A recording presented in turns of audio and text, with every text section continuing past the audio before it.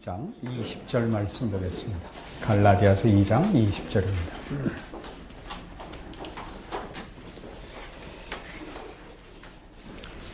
신약성경 304페이지 갈라디아서 2장 20절 내가 그리스도와 함께 십자가에 못 박혔나니 그런즉 이제는 내가 산 것이 아니요 오직 내 안에 그리스도께서 사신 것이라. 이제 내가 육체 가운데 사는 것은 나를 사랑하사 나를 위하여 자기 몸을 버리신 하나님의 아들을 믿는 믿음 안에서 사는 것이라. 우리는 이 갈라디아서 2장 20절의 이 구절이 갖는 의미를 오랜 시간 동안 확인했습니다. 로마서를 통하여 구원이라는 것, 예수 그리스도 안에서의 구원이라는 것이 어떻게 그리스도 안에서 함께 죽고 그리스도 안에서 함께 살아나는 일인지, 그래서 우리가 죄와 사망에서 해방이 됐듯이 그리스도와 함께 부활하여 하나님의 자녀로 새 생명 가운데 살게 되었는가 하는 것들을 확인했습니다. 그래서 우리는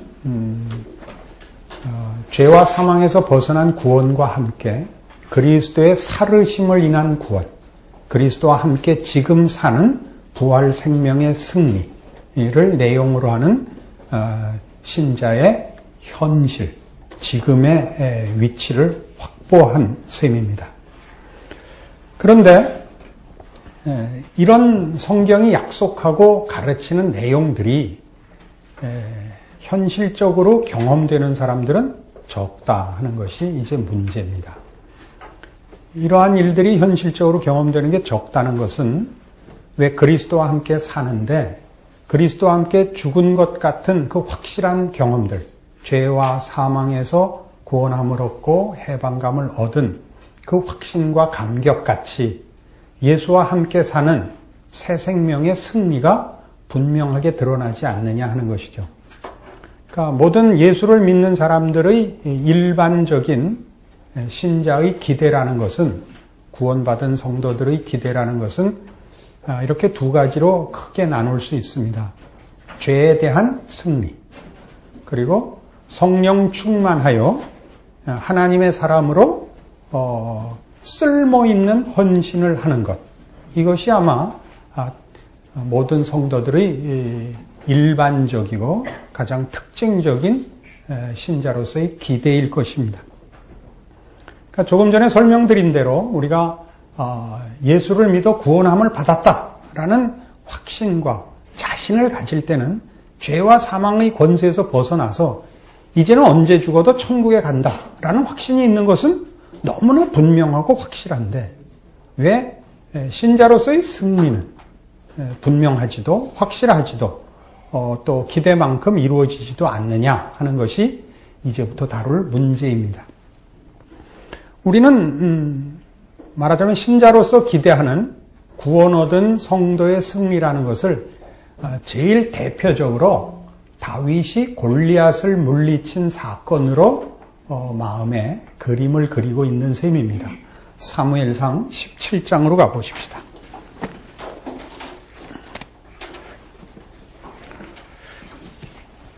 구약성경 438페이지 사무엘상 17장 45절입니다. 다윗이 블레셋 사람에게 이르되 너는 칼과 창과 단창으로 내게 오거니와 나는 만군의 여호와의 이름 곧 네가 모욕하는 이스라엘 군대 하나님의 이름으로 네게 가노라. 오늘 여호와께서 너를 내 손에 붙이시리니 내가 너를 쳐서 네 머리를 베고 블레셋 군대의 시체로 오늘날 공중에 세워 땅에 들 짐승에게 주어 온 땅으로 이스라엘에 하나님이 계신 줄 알게 하겠고 또 여호와의 구원하심이 칼과 창에 있지 아니함을 이 무리로 알게 하리라. 전쟁은 여호와께 속한 것인즉 그가 너희를 우리 손에 붙이시리라. 블레셋 사람이 일어나 다윗에게로 마주 가까이 올 때 다윗이 블레셋 사람에게로 마주 그 항로를 향하여 빨리 달리며 손을 주머니에 넣어 돌을 취하여 물매로 던져 블레셋 사람의 이마를 치매 돌이 그 이마에 박히니 땅에 엎드러지니라. 그 유명한 다윗과 골리앗의 싸움이요, 다윗이 믿음으로 큰 용사 골리앗을 물리친 사건입니다. 이 사건은 조금 전에 제가 이 비유를 한 대로 모든 성도들이 가지는 신앙상의 모델입니다. 우리는 우리를 반대하며 하나님을 모욕하는 이 세상과 악의 세력들에 대하여 믿음을 가진 다윗으로 서서 우리의 삶의 전반에 걸쳐서 믿음을 의지한 이런 극적인 승리가 있기를 기대합니다.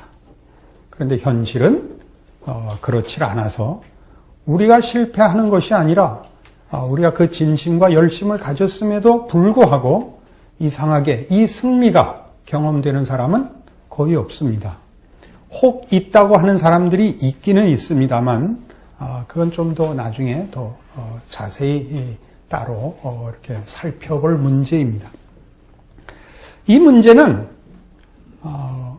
우리만이 이 다윗이 골리앗을 물리친 사건에 대한 이 갈등을 갖고 있는 것이 아니라 성경 자체가 다윗을 논할 때 골리앗을 물리친 영웅으로 다윗을 높이거나 평가하거나 재론하지 않는다는 데에도 사실은 우리가 관심을 가져야 됩니다. 성경 어느 곳에도 다윗이 골리앗을 물리친 사건을 재론하지 않고 신앙의 모델로 선정하지를 않습니다. 우리는 신약을 시작할 때 예수 그리스도를 소개하는 마태복음 1장 1절이 아브라함과 다윗의 자손으로 예수가 소개되는 것을 봅니다. 그런데 이 다윗은 골리앗을 물리친 사람으로서 다윗이 아니고 다른 것으로, 이제 성경에 우리가 이제부터 찾아보겠습니다만 다른 것으로 다윗을 논하고 모델을 삼고 신앙의 중요한 핵심되는 내용을 거기서부터 추출합니다. 이 골리앗을 물리친 사건에서는 다윗에게 있는 어떤 면도, 거기서는 믿음의 어떤 성질도 추출해내지 않고 있습니다. 이제 이 사무엘 하를 쭉 이렇게 연결해 가보면 간략하게 설명을 드리죠. 사무엘 하 5장에 가야 다윗이 비로소 전 이스라엘의 공식적인 왕으로 취임합니다.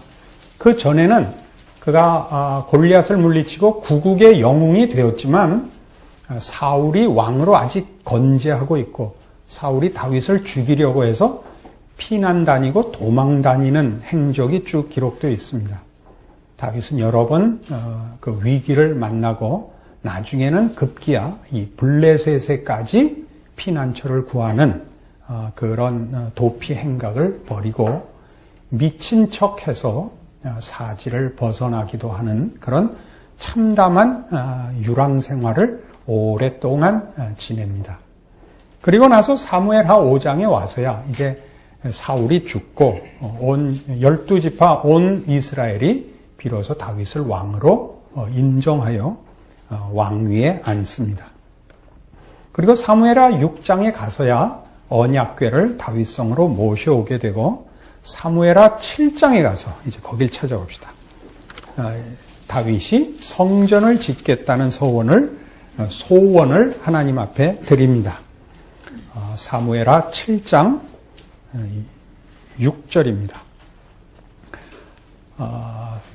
이 대목은 굉장히 중요합니다. 왜냐하면 이제 다윗 왕권이 왜 영원하냐? 하나님이 왜 다윗의 위와 다윗의 자손으로 이어지는 다윗 왕권을 영원하게 하겠다 해서 메시아 왕권의 그 상징이 되는 복을 내리시는가 하는 데 대하여 중요한 내용이 거기 있기 때문입니다.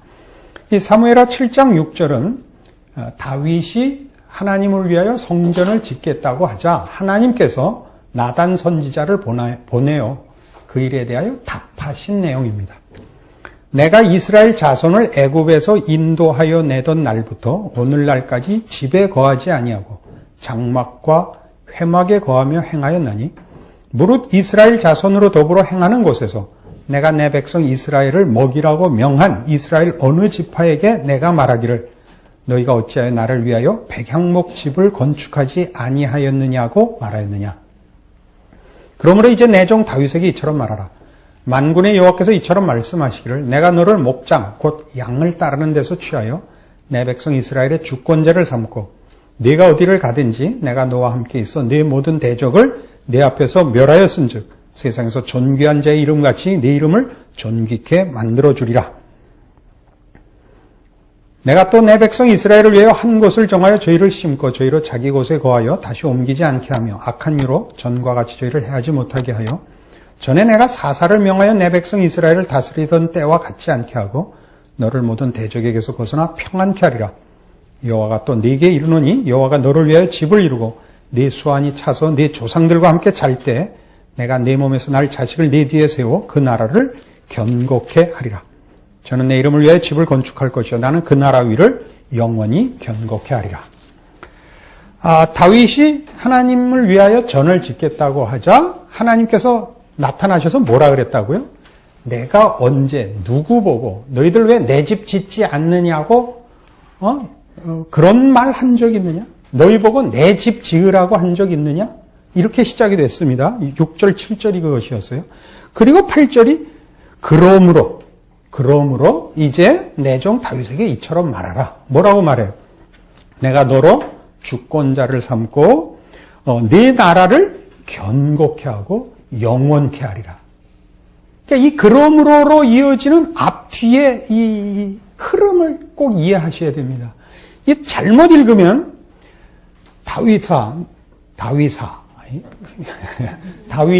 이거 잘안네. 데이비드야, 이게 낫나? 하여튼 다윗 왕에게 하나님이 하신 말씀을 이렇게 오해하지 말라고요. 내가 누구 보고 내 성전을 지으라고 했었냐? 근데 내가 말도 안 했는데 너는 나를 위해서 내 집을 짓겠다고 했구나. 기특하도다. 내가 너를 왕으로 삼고 내 집안이 왕권을 잃는 일이 없는 축복을 주리라. 가 아니라 말이죠. 어떻게 시작이 됐어요? 문맥이. 내가 언제 너희 보고 나를 위하라 하더냐. 내가 너희를 위하지. 내가 하나님이고 너희가 내 백성이지. 왜 너희가 나를 위해서 너희가 해줄 게 뭐가 있냐. 내가 너희에게 베풀 수 있는 유일한 하나님이지. 이걸 우선 못을 받고 그러므로 내가 주는 법이란다. 내가 너를 주권자를 삼고 이 나라를 이제 한 곳에 정착해 하여 해함과 상함이 없이 내가 보호하고 너희 집에 왕권을 허락하고 그 왕권이 영원하도록 하겠다. 그리하여 너희가 내전을 짓게 하겠다. 이 하나님을 찬송하는, 이 하나님을 감격하는 결과를 만들어내지 네 헌신과 정성에 내가 감동하여 이 복을 주겠다는 것 아니다. 이 말이란 말이에요. 이해가 되셨습니까? 박혜자 원사님만 이해하시면 다 됩니다. 이게 이제 계속 나오는 얘기거든요. 그러니까 다시 봐요. 8절부터. 그러므로 이제 내 종 다윗에게 이처럼 말하라. 만군의 여호와께서 이처럼 말씀하시기를 내가 이렇게 됩니다. 내가 너를. 9절. 네가 어디를 가든지 내가 너와 함께 있어 네 모든 대적을 내 앞에서 멸하였은즉 세상에서 존귀한 자의 이름같이 네 이름을 내가 존귀케 만들어주리라. 이게 전부 그 대조라 말이죠.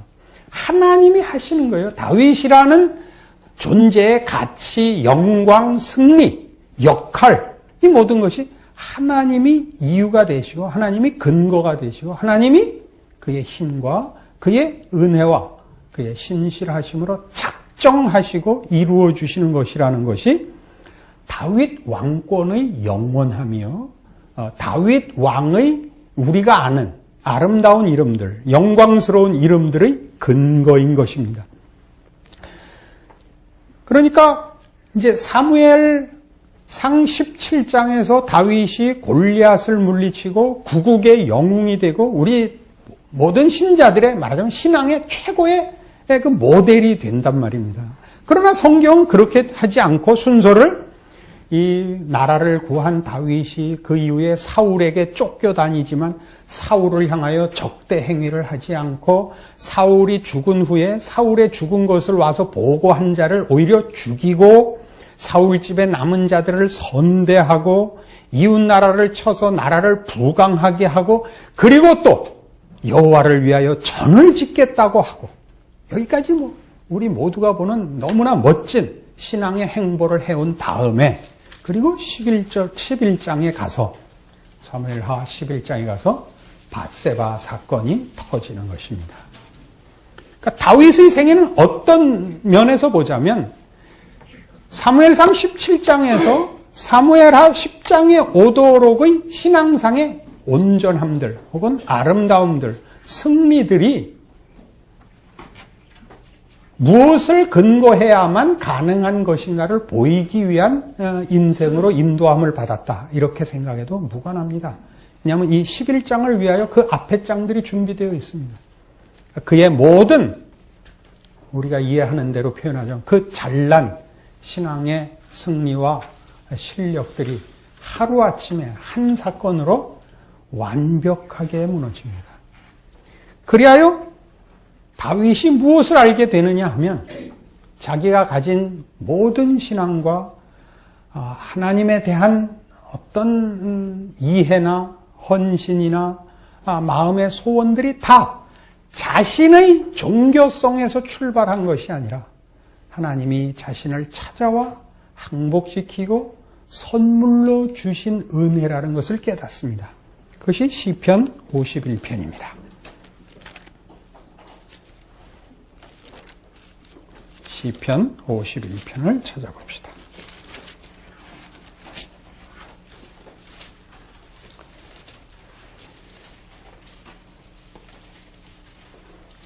시편 51편은 그 제목 옆에 이렇게 그 시에 대한 소개가 나와 있죠. 다윗의 시, 영장으로 한 노래.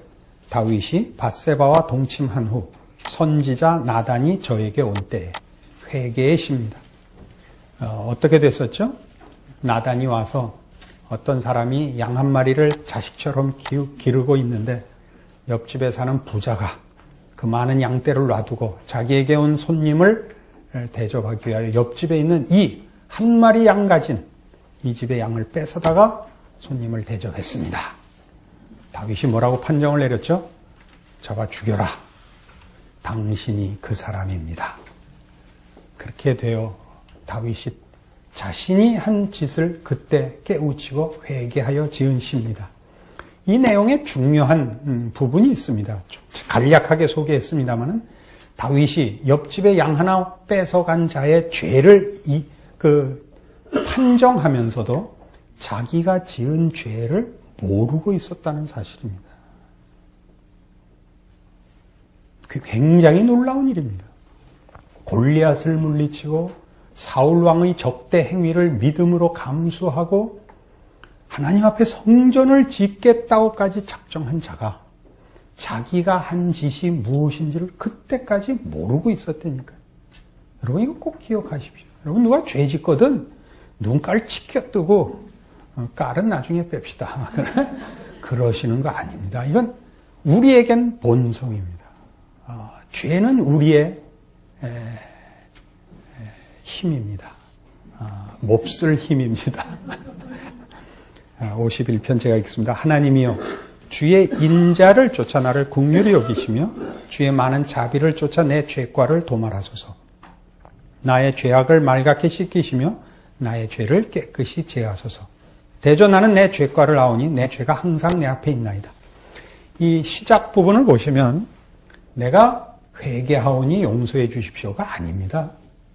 내가 앞으로 이렇게 저렇게 죄값을 치르겠으니 용서해 주십시오가 아닙니다.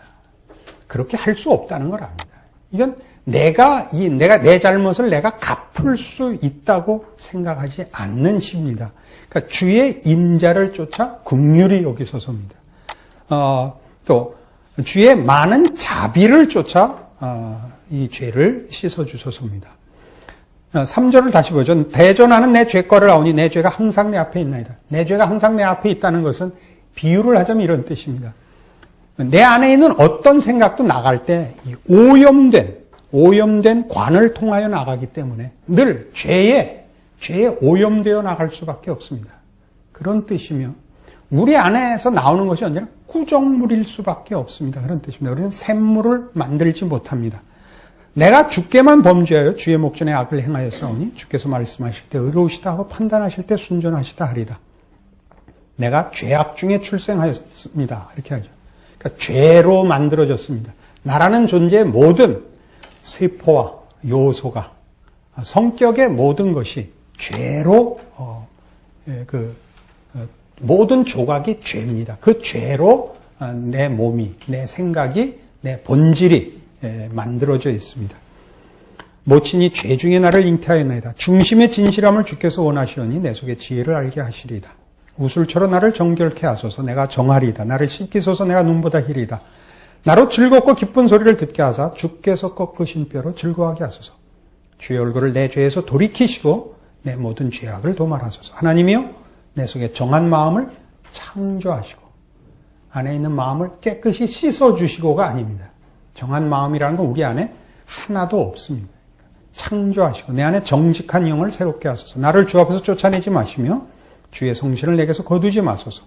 주의 구원의 즐거움을 내게 회복시키시고 자원하는 심령을 주사 나를 붙드소서. 그러니까 선하고 의로운 쪽은 우리한테 없습니다. 하나님이 이건 주셔야 됩니다. 그러하면 내가 범죄자에게 주의 도를 가르치리니 죄인들이 주께 돌아오리이다.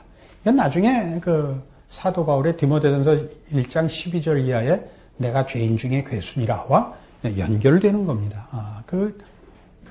성경 전체 일관된 내용이죠. 우리 죄인들이 하나님의 은혜로만 구원함을 얻는다죠. 하나님이여 나의 구원의 하나님이여 피 흘린 죄에서 나를 건지소서. 내 혀가 주의 의를 높이 노래하리다. 주여 내 입술을 열어주소서. 내 입이 주를 찬송하여 전파리다. 주는 제사를 즐겨 아니하시나니 그렇지 않으면 내가 드렸을 것이라. 주는 번제를 기뻐 아니하시나이다. 제사를 좋아하시지 않는다는 뜻은 구약 성경에서는 그건 있을 수 없는 말입니다. 이건 파격이 아닙니다. 이건 완전히 구약의 모든 이스라엘 백성들이 가졌던 신앙의 개념을 또는 그 이해를 송두리째 뒤엎는 겁니다. 저들은 제사를 드리는 것이 하나님 앞에 나아가는 길이며 자신들의 특별한 지위며 이렇게 다 긍정적인 것으로만 이해하고 있는데 갑자기 다윗이 뒤엎어 버렸죠. 그럼 어떤 의미로 하나님을 경배하며 하나님을 만나러 가는 것을 뒤엎자는 것이 아니라 우리로부터 바친다는 의미의 제사는 없습니다. 이런 뜻이죠. 하나님은 우리가 만든 것을 받으시는 분이 아닙니다. 우리로부터 하나님이 받으실 만한 것을 만들 수는 없습니다. 하나님은 그것을 우리에게 요구하시지 않습니다. 이겁니다. 그러니까 사실 번제가 뭡니까? 제사란 전부 속죄 제물이죠. 우리가 하나님을 만나며 하나님과 교제를 하기 위하여 우리의 지금 상태로는 불가능하다. 하나님 앞에 나아갈 수가 없다는 것을 확인시키고 그 일을 위하여 누군가 제사장이 있어야겠다. 우리 죄를 대신하여 하나님과의 관계를 회복시킬 중개자가 필요하다를 이해시키는 것이 제사인데 아차 잘못하면 우리는 우리의 정성과 진심을 하나님이 받으신다고 생각하게 되고 기독교 신앙은 갑자기 공로주의가 됩니다. 누가 더 많은 열심을 내서 하나님을 감동시키느냐의 싸움이 되는데 그렇지 않다는 얘기입니다. 그래서 어디로 이어지느냐 하면 17절 하나님의 구하시는 제사는 상한 심령이라가 되는 것입니다. 하나님이 구하시는 제사는 상한 심령이라. 상한 심령이란 건 뭐죠? 우리 마태복음 5장식으로 얘기하면 심령이 가난한 자는 복이 있나니 이겁니다. 심령이 가난한 자는 복이 있다는 게 무슨 뜻인지 아십니까? 심령이 가난하면 복이 있다를 조건으로 삼으면 안 됩니다. 겸손한 마음을 갖고 간절한 마음을 가지면 복을 받는다라는 조건 구절이 아니고 심령이 가난한 것은 복을 받은 증거요, 증상이요, 확인이다. 그런 뜻입니다. 감기에 걸렸다는 걸 뭘로 알죠? 열이 나고 기침이 나고 콧물이 나면 감기 걸렸다는 걸 압니다. 감기 걸린 증상이죠. 심령이 가난한 것은 복을 받은 증상입니다. 그러니까 복을 받으면 이제 몇 시간에 걸쳐서 이 얘기를 계속 우리가 나누겠습니다만 복을 받으면 보상을 받고 형통해지는 것이 아니라 하나님을 알았다는 것으로 복을 받은 것을 말하고, 그래서 우리는 우리가 죄인이라는 것을 확인하게 됩니다. 그래서 신자의 현실은 내가 얼마나 큰 죄인이고 하나님의 은혜 없으면 안 되는가를 확인하는 것이 거룩한 삶의 진전과 병행되기 때문에 신앙상의 승리보다 더 많이 자신에 대한 좌절과 절망이 경험됩니다. 이것 때문에 오늘 서두에 시작한 바와 같이 신자의 신앙 현실은 승리와 형통으로 나타나지 않고 절망과 실패로 더 많이 경험됩니다. 우리는 다윗으로 대표되는 게 맞습니다. 그러나 사무엘상 17장 다윗이 아니고 시편 51편의 다윗으로 서게 됩니다. 성경은 이 사실을 여러 번 이제 강조할 것입니다. 예를 들어 봅시다. 히브리서 10장으로 가보십시다.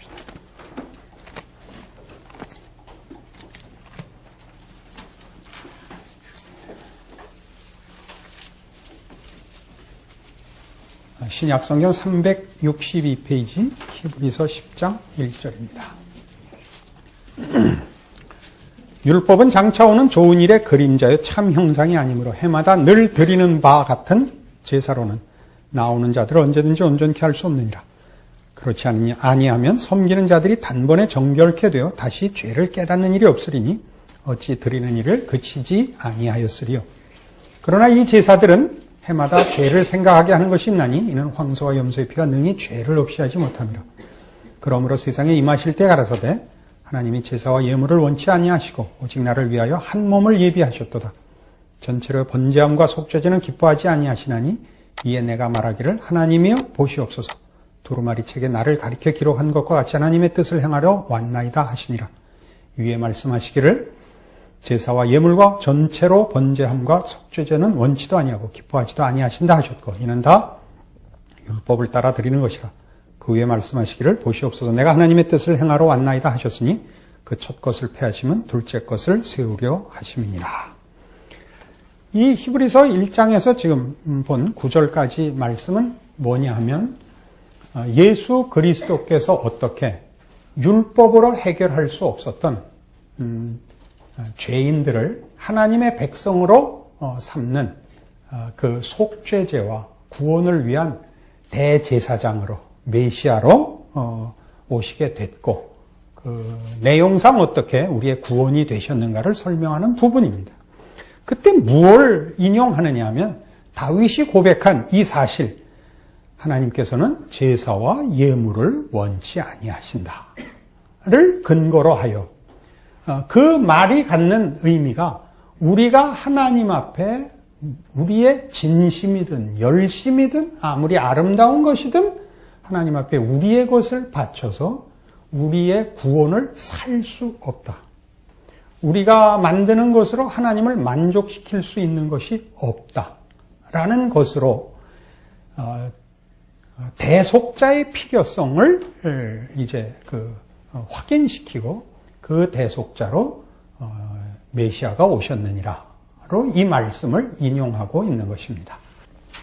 그래서 이 다윗을 논할 때는 언제나 이 문제, 그가 하나님이 구하시는 제사는 상한 심령이라를 위해서 다윗이 서 있는 겁니다. 골리앗을 물리친 영웅으로 다윗이 서 있는 것이 아니라 하나님이 제사를 원치 않는다라는 그 확인을 위해서 그의 생애가 있다니까요. 다윗을 통하여 우리 모두가 다윗이 그랬던 것처럼 소원은 있으나 우리는 거룩한 것을 만들 수 없고 진심이 있으나 하나님을 만족시킬 실력이 없는 우리 자신, 죄인된 우리 자신을 발견하는 것입니다. 이리하여 아까 우리가 본 시편 51편은 또 다른 많은 다윗의 회개 시를 낳는데 시편 40편으로 이번에 가보시면 조금 더 구체적인 이 다윗이 경험한 자신의 본질적 죄성과 죄인됨에 대한 절망을 설명한 내용을 만납니다. 시편 40편입니다. 내가 여호와를 기다리고 기다렸더니 귀를 기울이사 나의 부르짖음을 들으셨도다. 나를 기가 막힐 웅덩이와 수렁에서 끌어올리시고 내 발을 반석 위에 두사 내 걸음을 견고케 하셨도다. 새 노래 곧 우리 하나님께 올릴 찬송을 내 입에 두셨으니 많은 사람이 보고 두려워하여 여호와를 의지하리로다. 여호와를 의지하고 교만한 자와 거짓에 치우치는 자를 돌아보지 아니하는 자는 복이 있도다. 여호와 나의 하나님이여 주의 행하신 기적이 많고 우리를 향하신 주의 생각도 많도소이다. 내가 들어 말하고자 하나 주의 앞에 베풀 수도 없고 그 수를 셀 수도 없나이다. 주께서 나의 귀를 통하여 들리시기를 제사와 예물을 기뻐 아니하시며 번제와 속죄제를 요구치 아니하신다 하신지라. 그때 내가 말하기를 내가 왔나이다. 나를 가리켜 기록한 것이 두루마리 책에 있나이다. 나의 하나님이여 내가 주의 뜻 행하기를 즐기오니 주의 법이 나의 심중에 있나이다 하였나이다. 이제 아까 시편 51편에서는 1차적으로 말하자면 순서상 그게 먼저 쓴 회개의 시 같습니다. 거기서는 다윗이 자기가 어떻게 본질적으로 총체적으로 죄인인가를 고백하며 하나님 앞에 그 구원과 자비와 용서를 구하며 거기서 인간은 자기의 죄를 해결할 능력이 없고 하나님을 만족시킬 아무런 것도 갖고 있지 않습니다를 고백했다면 이제 이 시편 40편은 보시면 1절 자체가 그렇듯이 내가 여호와를 기다리고 기다렸더니 라고 해서 좀 더 깊은 하나님의 답을 받아낸 그 다음에 시라는 걸 알 수 있습니다. 나의 부르짖음을 들으셨는데 나를 기가 막힐 웅덩이와 수렁에서 끌어올리셨다는 겁니다. 그러니까 그가 해결할 수 없었던 것, 시편 51편에서 고백한 것, 우리는 우리의 죄인 된 것을 해결할 방법이 없다에 대한 하나님의 답을 이제 여기 쓰고 있습니다. 나를 기가 막힐 웅덩이와 수렁에서 끌어올리시고 내 발을 반석 위에 두사 내 걸음을 견고케 하셨도다. 이제 구원을 확보하는 겁니다. 어떻게? 그 구원은 어떻게 되어 있느냐 하면 5절에 여호와 나의 하나님의 주의 행하신 기적이 많고 우리를 향하신 주의 생각도 많도소이다.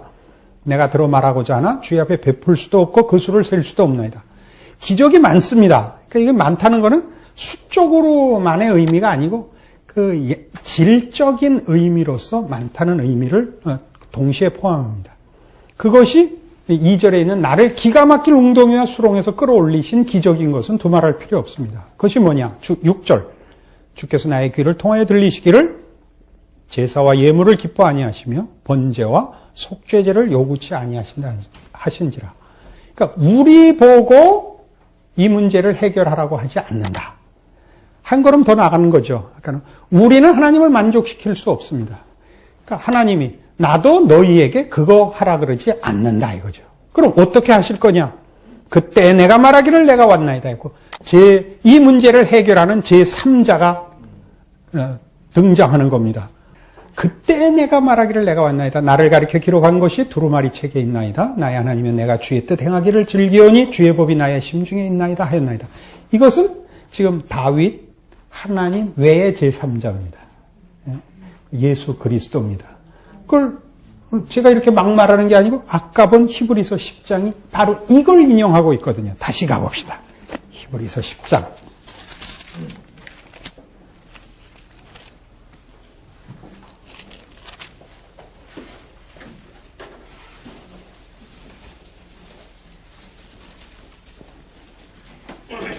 히브리서 10장 5절입니다. 그러므로 세상에 임하실 때 가라사대 하나님이 제사와 예물을 원치 아니하시고 오직 나를 위하여 한 몸을 예비하셨도다. 전체로 번제함과 속죄는 기뻐하지 아니하시나니 이에 내가 말하기를 하나님이여 보시옵소서 두루마리 책에 나를 가리켜 기록한 것과 같이 하나님의 뜻을 행하러 왔나이다. 전부 시편 40편 조금 전에 읽은 그 구절을 약간 의역해서 인용하고 있습니다. 그러니까 예를 들면 5절 다시 보죠. 그러므로 세상에 임하실 때 가라사대 하나님이 제사와 예물을 원치 아니하시고 오직 나를 위하여 한 몸을 예비하셨도다. 이거를 아까 우리 본 나의 귀를 통하여 들려주셨도다를 이렇게 의역했습니다.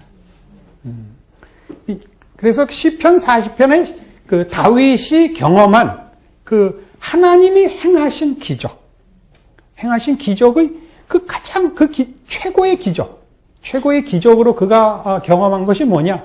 우리를 위하여 구원자가 있다라는 사실을 안 것입니다. 그것이 이제 여기 히브리서 10장에 보는 바와 같이 이 예수 그리스도인 것을 이제 히브리서에서 인용하여 예수 그리스도의 제사장 되심, 우리의 구원자 되심을 설명하면서 무엇을 인용한다고요? 다윗의 이 경험. 다윗의 이 경험을 통한 하나님의 구원의 방법, 그 주인공 되시는 예수 그리스도에 대한 이해를 인용하고 있단 말입니다. 이거는 예를 들면 시편 32편에 이렇게 다시 또 다윗의 놀라운 고백으로 등장하고 신약이 계속 그 말씀을 인용하는 것과 만납니다. 시편 32편입니다.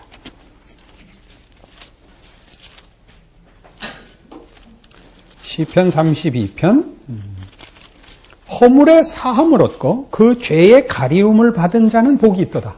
이건 아마 요 셋으로 따져봤을 때 세 번째, 제일 나중에 쓴 것 같아요. 마음에 간사가 없고 여호와께 정죄를 당치 않은 자는 복이 있도다. 내가 토설치 아니할 때 종일 신음함으로 내 뼈가 쇠하였도다. 주의 손이 주야로 나를 누르시오니 내 진액이 화여 여름 가물에 마름같이 되었나이다. 내가 이르기를 내 허물을 여호와께 자복하리라 하고 주께 내 죄를 아뢰고 내 죄악을 숨기지 아니하였더니 곧 주께서 내 죄의 악을 사하셨나이다. 물론 회개했죠. 그러나 그 회개해서 하나님이 용서하시고 구원한 것이 아니고 회개마저도 이유가 아니고 우리 순서 따라서 본 바와 같이 먼저 확인한 건 뭐죠? 우리는 죄밖에 지을 수가 없다라는 우리의 처지를 확인하고 하나님께서 우리에 대하여 구원을 기적을 베푸시지 않는 한 우리는 방법이 없다가 나오고 그래서 하나님이 우리를 위하여 구원자를 준비했다는 확인이 나오고 그리고 이제 여기 32편 같이 허물의 사함을 얻고 그 죄의 가리움을 받은 자는 복이 있도다라는 하나님의 자녀들이 받는 은혜에 대한 감사가 터지는 것입니다. 이거를 로마서 4장에 가면 이렇게 인용합니다.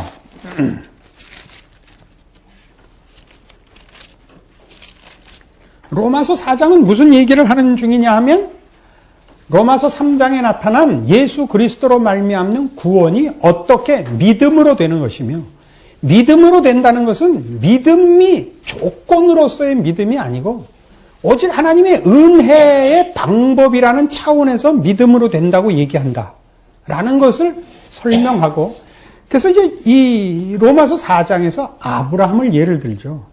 아브라함이 예를 들면 4장 1절 그런즉 육신으로 우리 조상된 아브라함이 무엇을 얻었다 하리요.